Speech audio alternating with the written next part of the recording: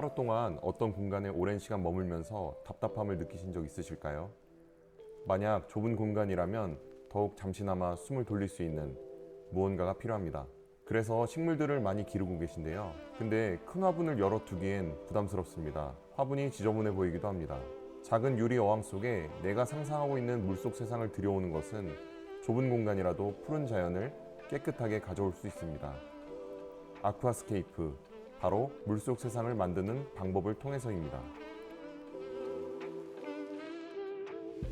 안녕하세요. 배워보소서 기획자 H입니다.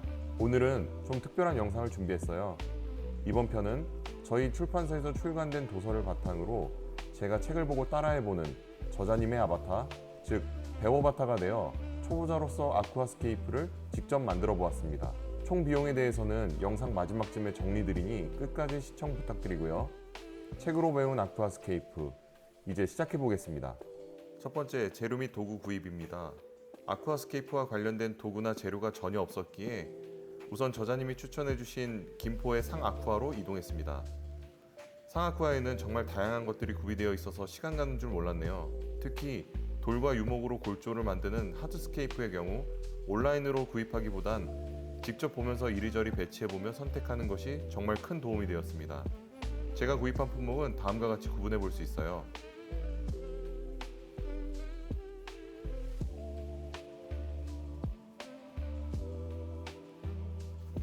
다음은 구입한 하드스케이프 소재인 돌과 유목을 잘 세척하는 것입니다. 깨끗이 씻겨주면서 곰팡이나 불순물이 수조에 함께 들어가는 것을 방지해주는 것인데요. 참고로 맹그로브 유목의 경우 블랙워터가 많이 나오기 때문에 양변기 뒤쪽에 일정 기간 넣어두기도 한다고 책에 나와 있습니다. 이제 수조를 놓을 위치를 정해두세요. 수조를 놓을 때는 크게 세 가지를 고려해야 한다고 책에서 나와 있는데요. 첫 번째는 수평 맞추기입니다. 수평을 잘 맞춰야 하는 이유는 수조 안에 있는 물이 한쪽으로 장시간 쏠려 있는 경우 터질 수도 있는 위험을 방지하기 위함입니다. 두 번째는 전기를 안전하게 활용할 수 있게 하기입니다. 콘센트는 수조를 놓은 책상에 세로로 붙여서 혹시 모를 누수로 인한 전기 합선으로 화재가 발생할 수 있는 그런 위험을 방지해 줄 수 있습니다. 마지막은 수도와의 거리를 적정하게 위치시켜주는 것이 좋아요. 물을 채우고 바꿔주는 그런 빈번한 일을 좀 더 수월하게 할 수 있습니다. 이제 본격적으로 돌과 유목을 이용해 수조 내부를 꾸며줄 겁니다. 이것을 하드스케이프라고 하는데요. 대략적인 디자인을 미리 구상해놓고 진행하는 것이 좋습니다. 저는 돌과 유목을 구입하면서 미리 구상해 보았던 형태를 기준으로 하드스케이프를 진행했습니다. 책 아쿠아스케이프 클래스에 들어갈 하드스케이프 사진 촬영을 진행했을 때를 기억해보면 저자님이 미리 손으로 스케치를 그려서 가져오셨었어요. 상상 속의 물속 풍경을 스케치하고 그것을 실제 수조 안에 반영해보는 것이 정말 매력적으로 보였습니다. 잠시 하드스케이프를 위한 팁을 드리자면 돌과 돌 또는 돌과 유목을 함께 고정해두면 하드스케이프 형태가 바뀌거나 혹은 부력으로 인해 유목이 위로 뜨는 것을 방지할 수 있습니다. 이때 순간접착제와 탈지면 혹은 순간접착제와 베이킹소다를 이용하면 두 개체를 단단하게 고정할 수 있어요.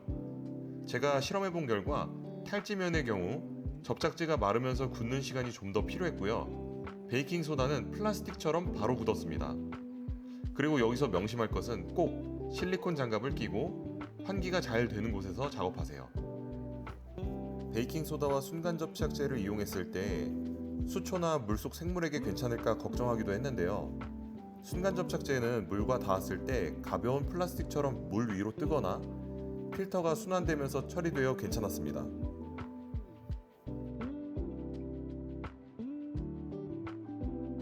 하드스케이프가 완성되었다면 이제 수초를 심어줄 차례인데요. 소일이 적당하게 수분을 머금을 수 있을 정도로 물을 채워주려고 합니다. 저는 자동 환수 세트를 이용하여 수도를 필터로 깨끗하게 걸러 물을 채웠는데요. 나중에 저자님과 전화통화를 하면서 알게 된 사실은 국내 수돗물의 경우 다른 나라에 비해 품질이 좋아서 바로 사용해도 수초를 기르는데 문제는 없다고 합니다.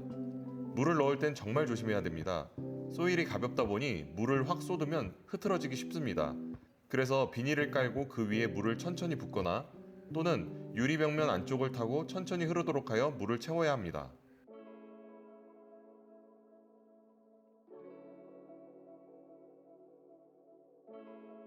흔히 수초가 자라나는 키를 기준으로 전경, 중경, 후경 수초로 쉽게 구분하기도 하는데요.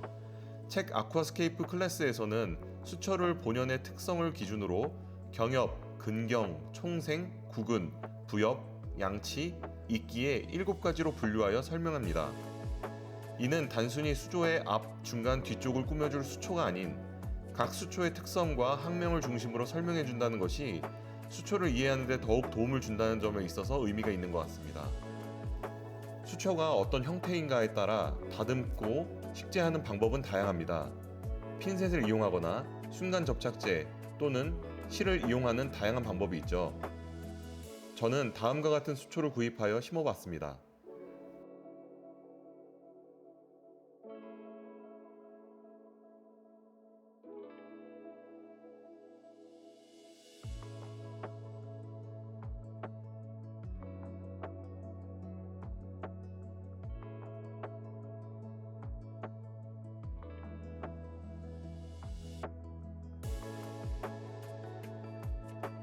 어느덧 마지막 단계입니다. 새로운 물을 계속 넣음과 동시에 사이펀을 이용해 물을 빼내면서 환수를 해줍니다. 완성된 수조의 사진과 영상을 찍고 저자님께 보낸 뒤 전화통화를 했습니다. 저자님 안녕하세요. 네, 안녕하세요. 예, 잘 지내고 계시죠? 네, 잘 있습니다. 요즘 어떻게 지내고 계세요? 요즘, 네, 이것저것 많이 바쁘게 지내고 있어요, 덕분에, 네. 제가 만든 거 영상이랑 좀 사진을 보내드렸는데 네네. 전문가로서 좀 어떠신가요? 일단은 처음 하신 거잖아요. 네, 아무래도 또 책을 한번 많이 읽으셨을 테니까 조금 도움이 돼서 그런지. 기본적으로 처음 하시는 분들의 기준으로 평가를 했을 때는 너무 잘하신 것 같아요. 감사합니다. 네, 디자인적인 부분이라든지 이제 용품들의 설치라는 세팅에 대한 것을 봤을 때 되게 너무 정확하게 깔끔하게 책에 있는 그대로 다 하셔서 그런가 너무 깔끔하게 하셔가지고 네. 뭐 나무랄 데가 없는 것 같고, 책 서두에도 말이 나오지만 물생활이라는 단어를 쓰잖아요. 이것은 그냥 완성했다고 해서 즐기고 끝나는 그런 취미나 작품은 아니고 집의 한 곳에서 생물들이 계속 자라나는 취미이기 때문에 유지 관리가 가장 중요한데, 지금 만드신 걸로만 봤을 때는 네. 이산화탄소가 들어가야 되는 수초들을 사용을 하셨더라고요. 간단하게 만들 수 있는 자자기탄이나 뭐 화학기탄이 요즘 되게 저렴하게 나오니까 그것만 설치해 주시면은 생물들이 이제 수초가 자라는 데는 문제는 없을 것 같아요. 네네. 네네. 그리고 처음에 이제 실수를 많이 하시는 것들이 뭐 물잡이라는 개념이 있잖아요. 저희 이제 네네. 네, 물고기를 빨리 넣고 싶어가지고 이렇게 막 좀 조바심을 내는 경우가 많은데, 그런 것들만 주의하시고 뭐 물고기를 키워, 수초를 키워라는 단순하게 이제 사육에 대한 개념이 아니라 세상을 만드는, 생태계를 만드는 그런 취미 활동이기 때문에 조금 기다려 주시면서 네네. 생물들도 조금씩 하나씩 추가를 해가시는 게 좀 안정적으로 갈 수 있는 방법 아닐까 그렇게 생각됩니다. 유튜브 보니까 되게 작게 이제 시작하시는 것들 많은데 예전에 네네. 그냥 제가 한번 여쭤봤을 때 저자님께서 450부터 그냥 하세요라고 말씀하셔가지고 네. 네, 이렇게 선택을 좀 해보긴 했었습니다. 수조는 작으면 작을수록 힘들어요. 많이 오류를 범하는 게 뭐냐면은 그 수조가 작을수록 쉽겠지라는 생각을 많이 하세요. 좁은 공간에 뭐가 조금만 안 좋은 게 들어가도 수질은 확 바뀌어 버리거든요. 그 수조가 작을수록 온도 변화가 쉽게 일어나는 거죠. 그러면은 생물들한테 영향도 있을 수가 있고, 그러다 보니까 최소 사이즈를 저는 450을 이제 기준으로 말씀을 항상 드리는데, 크다고 또 좋은 것도 아닌 게, 크면은 600 이상이 되면은 혼자서 들 수가 없어요.